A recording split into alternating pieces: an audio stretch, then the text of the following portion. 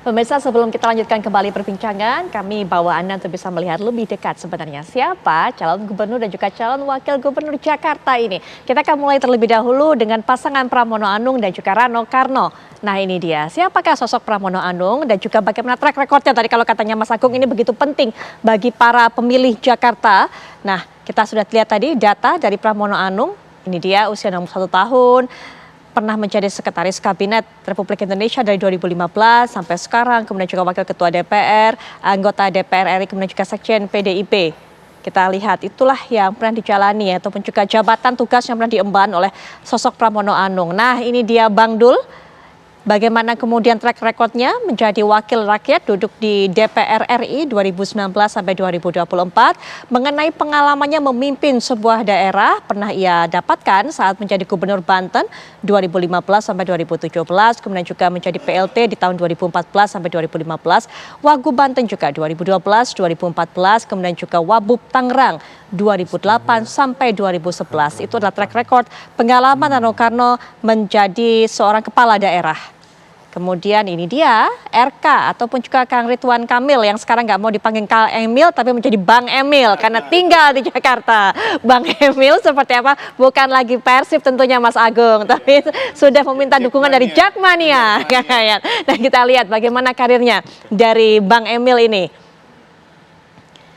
Sebagai Ketua TKD Prabowo Gibran Jawa Barat, kemudian juga Anda sudah bisa lihat tentunya sebagai Gubernur Jawa Barat 2018 sampai 2023. Nah, bagaimana kiprahnya juga di politik di Partai Golkar.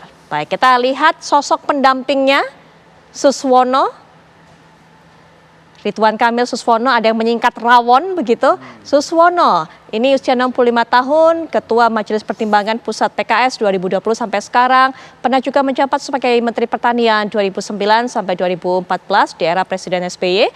Kemudian juga anggota DPR, Wasekjen PKS. Nah kita lihat profil dari pasangan yang ketiga. Dharma Pongrekun Kunwardana yang merupakan calon independen. Calon yang selalu menarik untuk kita lihat karena bukan diusung oleh partai. Nah, apakah kemudian mampu menyuarakan suara warga Jakarta dan menjawab segala macam masalah warga Jakarta ini. Calon independen, Komjen Pol Purnawirawan Dharma Pongrekun. Kita lihat bagaimana karirnya di pihak di institusi kepolisian. Kemudian Deputi Bidang Identifikasi dan Deteksi PSSN. Kemudian kita lihat juga Wakil Kepala BSSN 2019 sampai 2021 dan Patilem Diklat Polri 2024. Berikutnya inilah sosok pendampingnya Kunwardana yang disebut bayi ajaib. Sekjen Partai Demokrasi Kebangsaan 2015 sampai 2020. Kemudian juga pernah menjadi caleg DPR dari PAN Dapil Jawa Timur 2 2019. Kita sudah simak bagaimana profil dari masing-masing cagup cawagup. Nah, sepertinya kita berikan kesempatan berikutnya Bang Dev untuk memberikan kalimat penutup karena kabarnya juga waktunya begitu terbatas, harus segera meninggalkan perbincangan ini. Silakan Bang Dev.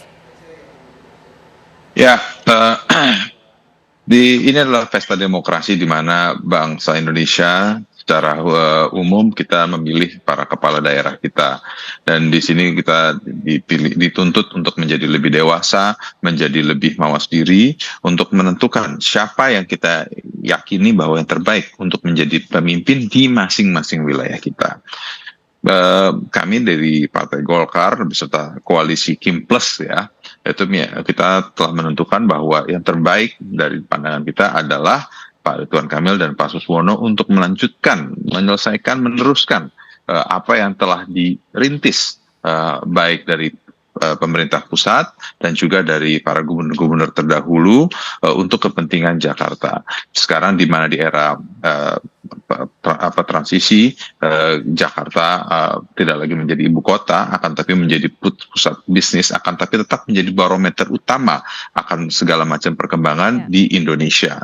Nah, untuk itu dibutuhkan suatu pemimpin yang memiliki visi yang jelas, memiliki visi yang luas, memiliki pengalaman yang telah teruji di berbagai macam bidang dan diakui kemampuannya bukan hanya dari lokal, akan tapi lebih dari regional, bahkan sudah menjadi internasional. Keberhasilan dan kemampuan dan kepiawaian Pak Ridwan Kamil dan Pak Suswono telah diakui oleh berbagai macam lembaga di internasional, dan maka itu ini adalah yang kami yakini yang terbaik untuk bisa benar-benar memajukan, mensejahterakan, membangun ibu kota Jakarta ya, yang sebentar lagi menjadi daerah khusus Jakarta, untuk menjadi lebih baik dan masyarakatnya lebih sehat, dan salah satu menjadi penopang ekonomi Indonesia untuk lebih kuat ke depannya. Baik, Bang Dev, terima kasih Bang Dev sudah meluangkan waktu yang terbatas untuk bisa bergabung dan juga memberikan pandangannya mengenai apa yang direncanakan dari pasangan Ridwan Kamil dan Suswono dalam perbincangan di Apa Kabar Indonesia malam kali ini. Terima kasih sekali lagi. Bang Ciko masih bersama kami permisi. semua. Ya, kemudian juga Pak Kamarudin masih bersama kami semua. Kita lanjutkan perbincangan. Kang Yahya, silakan diberikan pandangan dari apa yang disampaikan oleh masing-masing tadi sebelum jeda.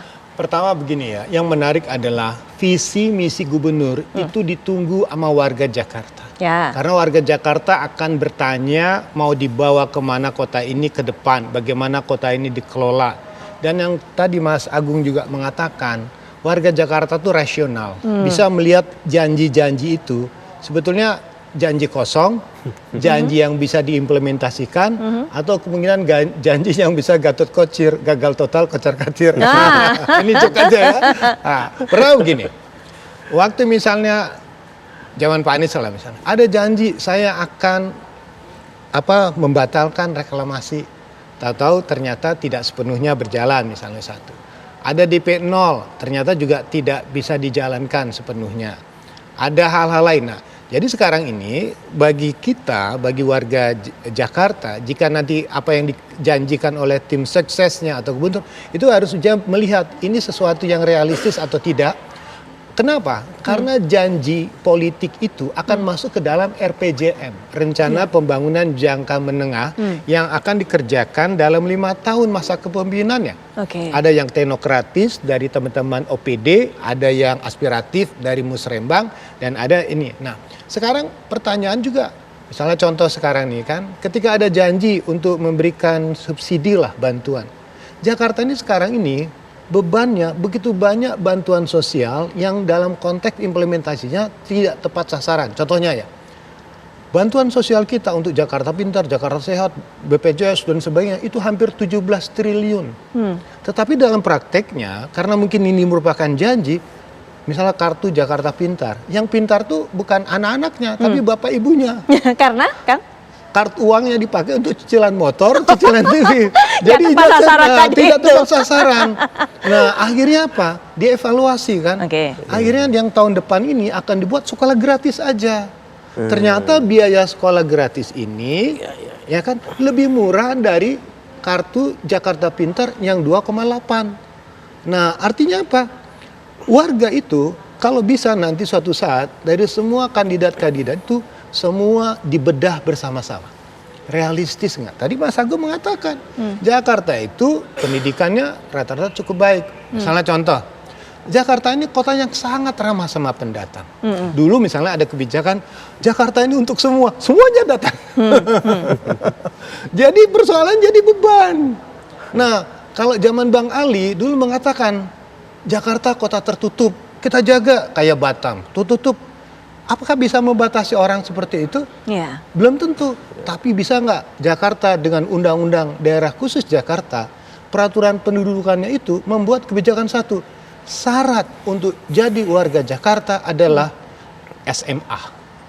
Kedua punya keterampilan. Loh, kalau saya pendidikan terbatas, Anda wajib sekolah gratis. Udah kan, itu kan inovatif. Jadi ketika orang diminta SMA minimal, pertanyaan untuk apa saya SMA? Supaya Anda dilindungi di Jakarta ini. Gaji Anda tidak yang 0, sekian lagi. Pendidikan Anda bagus. Itu kan bagus. Nah, kemudian dari persoalan dalam konteks perlindungan, bisa nggak Jakarta ini nanti suatu saat dalam konteks mendapatkan sumber daya yang terbaik, mereka itu yang datang untuk mendapatkan warga sebagai warga Jakarta, itu harus ada tahun, 10 tahun baru bisa dapat bantuan sosial. Oke, Ah, baik. Itu kan menarik kan? Iya. Daripada nanti semua orang pada berbondong-bondong, terus tiba-tiba kita ngelola keuangannya, keuangannya nggak cukup, nanti pengelolanya bisa TBC itu tekanan batin capek deh karena begitu banyak masalah. Baik, Kang Yayat, tahan sampai di situ terlebih dahulu. Ini sebuah tantangan. Bang Ciko, Pak Kamarudin nanti mungkin bisa ditanggapi bahwa janji-janji yang akan diberikan disampaikan oleh Pak Cagup, Pak Cawagup ini begitu dinantikan oleh masyarakat sehingga harus realistis untuk bisa diwujudkan. Nanti bisa diberikan jawaban termasuk juga sudah disinggung oleh Kang Yayat. Masalah berikutnya yang mungkin bisa ditanggapi oleh baik Pak Kamarudin dan juga Bang Ciko adalah bagaimana membatasi masuk orang Jakarta untuk bisa membatasi jumlah warga Jakarta. Sesaat lagi.